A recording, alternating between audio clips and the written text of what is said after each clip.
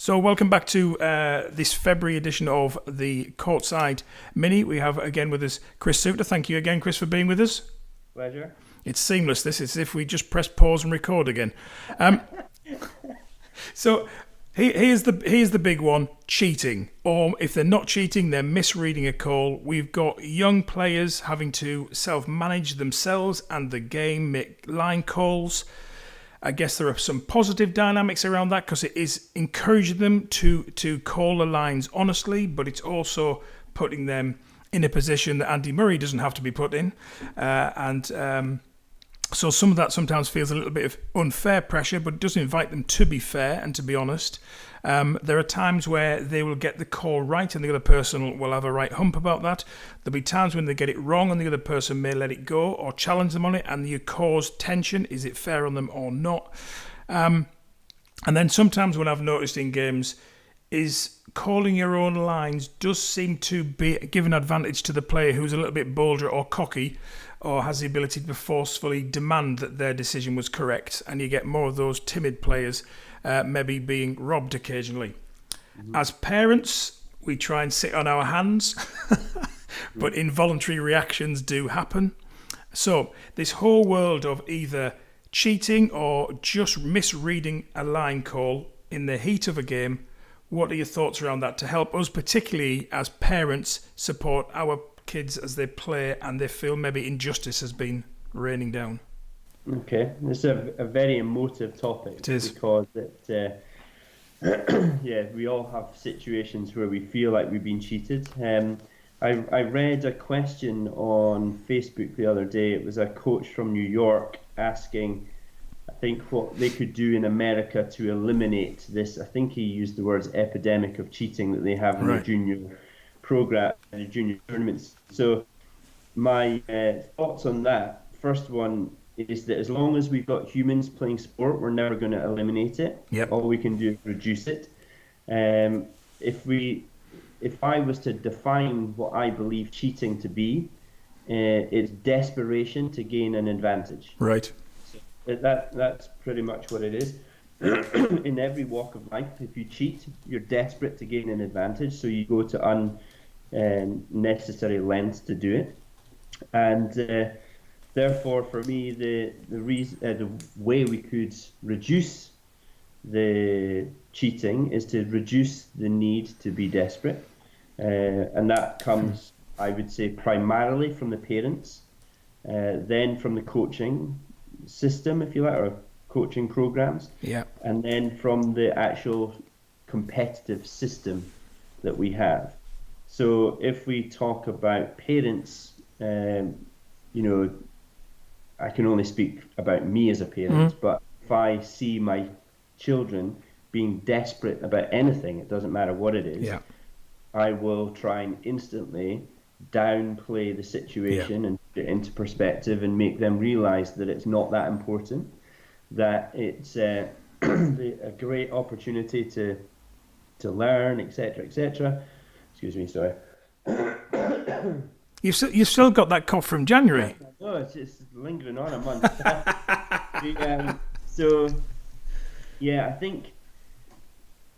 I think we've spoken about it on the initial podcast that we did. So go back and listen to that one, of course. But I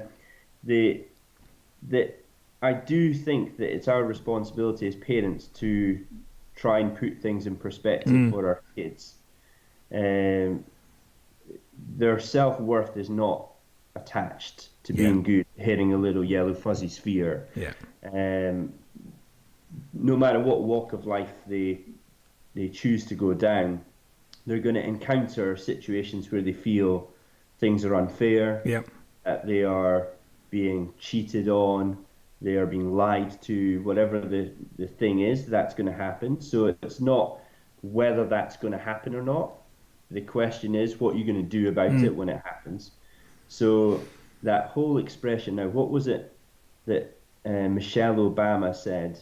When they go low, we go high. So that would be almost my message, is that it would be amazing, and I've done this with several players, and it works for some people and it doesn't for others, but to have your player or your child in the situation feel sorry for the cheat.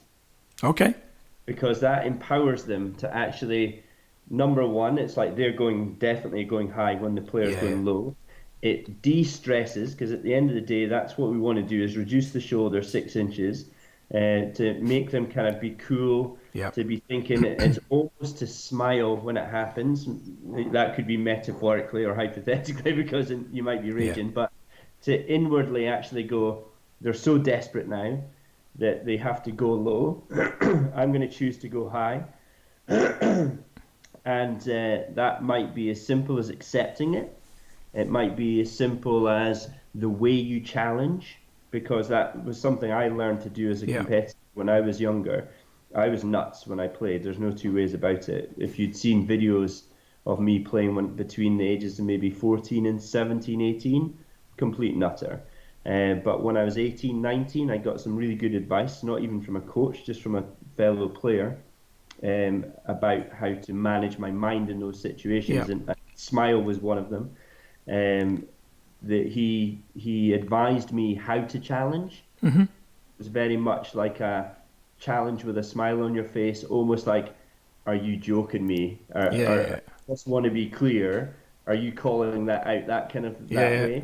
And it did actually work. And even if it didn't work in terms of they kept on cheating, it made me feel better. Yeah. And that, at the end of the day, that's my main objective, is to help my child or my players feel better under stressful situations. So parents, yeah, perspective, um, coaches, kind of, we touched on it there a little bit, but that for me, it has to be in their program, Yeah. that this is how we deal with situations. This is how we deal with adversity, and adversity comes in many shapes and forms. Um, one of them might be cheating, but again, I would definitely lace this whole thing Yeah. about, they're not cheating, they're desperate. Yeah. They may not even be cheating. That's another Nope. thing I Very think we true. talked about. You've mentioned it before, that they do. Juniors are just as bad for playing on when a ball was out as they are for calling a ball out that was in. If the Um, ball sits up nicely and it's yeah, miles out, a lad will still hit it because, oh, look at that, it's sat up great. You're exactly. like, And it was out. the score in the match, it could be an easy match. You may have Yeah. set and 4-1 up, and you're actually enjoying playing the match, and you play a few balls on that were out, and Yeah. then all of a sudden they break back and it's 4-3, and then so it's like there's all sorts of things happen. In terms of the system, the competitive system, Yeah. this is, again, it's overly philosophical, but that's me. Um, I think if I go back to the first time I ever sat in the players' lounge at Wimbledon, which that sounds like a boast, but it happened, right? So I sat in the players' lounge, and when you first walk in, you're like a little kid.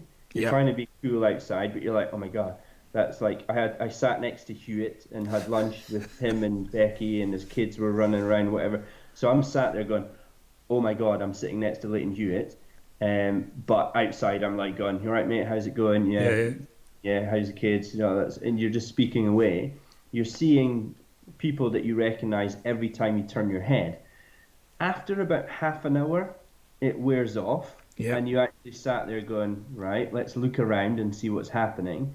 And you see, and I remember somebody saying to me, they thought I was being a complete, like a big head when I was saying this. But when I came back and they said, oh, so what was it like behind the scenes? And I said, it's just another tournament. Yeah. At Yeah. the day, it's just another tournament. The people in those players' lounges are doing the same thing as the kids are doing. They're biding time. They're playing cards, they're playing games, they're sitting with their coaches, they're sitting by themselves, or sitting with their Beats headphones on, whatever it is. Their other headphones are available. But at the end of the day, it's just another tournament. Yeah. So it just comes back to this system. What could the system do? It would be amazing if whoever was in charge of any tournament was able to give off the message that it doesn't matter. It's just another tournament. Because what tends to happen is, quite rightly, the person that has organized that tournament thinks it's important because Yeah. it's their tournament. So if you take someone at a local level who gives up their Saturday or the Saturday Sunday to run a tournament, of course it's important to them.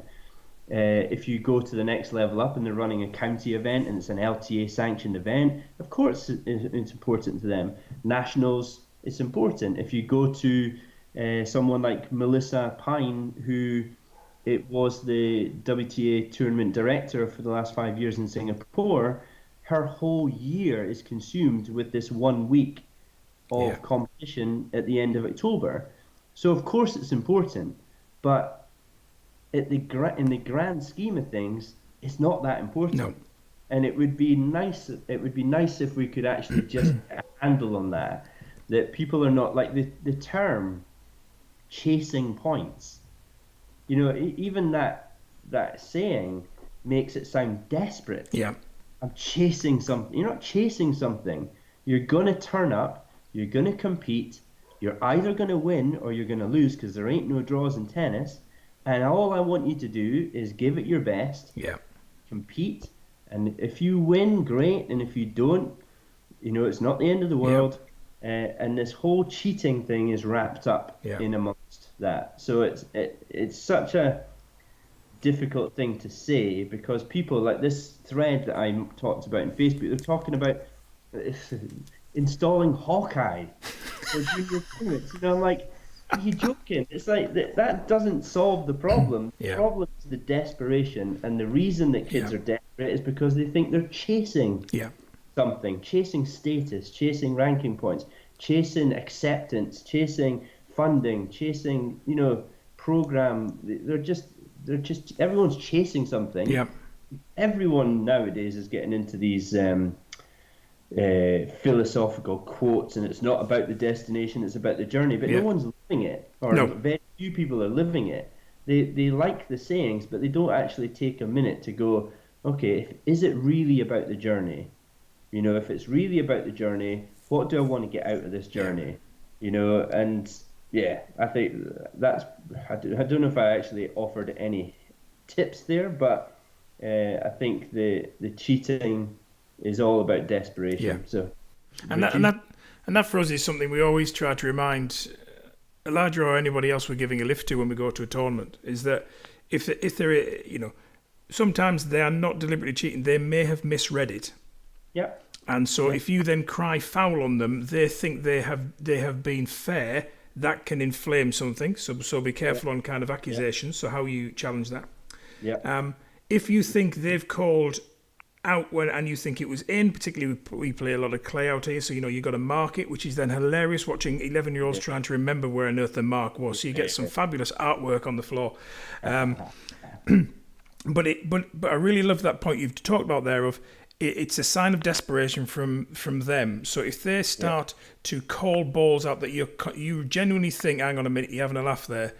Yeah. Take that on board. That means they're probably feeling under pressure from me. What am I going to let it go? But what am I going to do with the next ball? Yeah. Instead of being wrapped up in the injustice of that ball. And definitely, it's a good point, because one of the other solutions is you can only really control what's within your control. Yeah. So the way that people, or the frequency that people challenge calls is equally desperate. Yeah. So if Elijah was like every third ball, oh come on, that's in, oh come on, that's in, and you're standing there going, there's a foot out, mate, you know, then he's desperate. Yes. So you've got two players on the court that are desperate, and if you're desperate, you're not competitive. No. You're not determined. You're not problem solving. So it works both ways. So if I, you know, it's going to be interesting for the first time in her almost 8 years. Brooke is now asking to play tennis with me. So, and it kind of freaks me out a little bit. Welcome to the Courtside gang. Exactly, yeah. So, like yesterday, we went to the courts, and actually we took some video footage. So, in fact, it'll be up on YouTube by the time this comes out. But she just wants to play a game. Yeah. So it's interesting that, and I don't see her as being very competitive. Yeah. She was like, I want to play a game. I want to play a game. And I'm like, well, the best will in the world, you can't play because you don't have I don't say that to her, but she doesn't have the underpinning skills. So I do lots of skill thing, and then I try and turn that into a game. Yeah. And so if even now thinking, God, let's think by next Easter or summer she'd want to play, God forbid, a tournament. then I would have this situation where she would probably get desperate. Yeah. And I would have to try and give her as many coping strategies to actually be cool and be calm, knowing that it's not going to work all the time. Yeah. But it's for parents that instead of, this would be advice for parents. So if you're a parent listening to this, you do not get anything by believing that the opponent is cheating. Yeah. You don't gain anything. You can only lose by thinking that. So try and get away from that and put your focus on what your child is doing, and give them coping strategies for all the potential things that could happen. But the overarching one is, it doesn't matter. That's the biggest strategy. Now, you're going to get some knuckleheads listening to that going, he's not competitive. I am the most competitive person you'll ever meet. So it's not about that. It's about me managing, or if I was competing, it's about me managing my mind to focus on process and performance. It's not about saying that it's not important. Of course, it's important to a degree, but it's not that important. Yeah. It's not that important that I'm actually going to lose my rational mind and start challenging every second ball, because that takes my eye off the ball, metaphorically. Yeah. So, yeah, no, it's a tough one, but we can only focus on what we can control. Yeah. And on that absolutely brilliant ending and great bit of advice, Kris, thank you so much for joining us again, and we'll see you in March.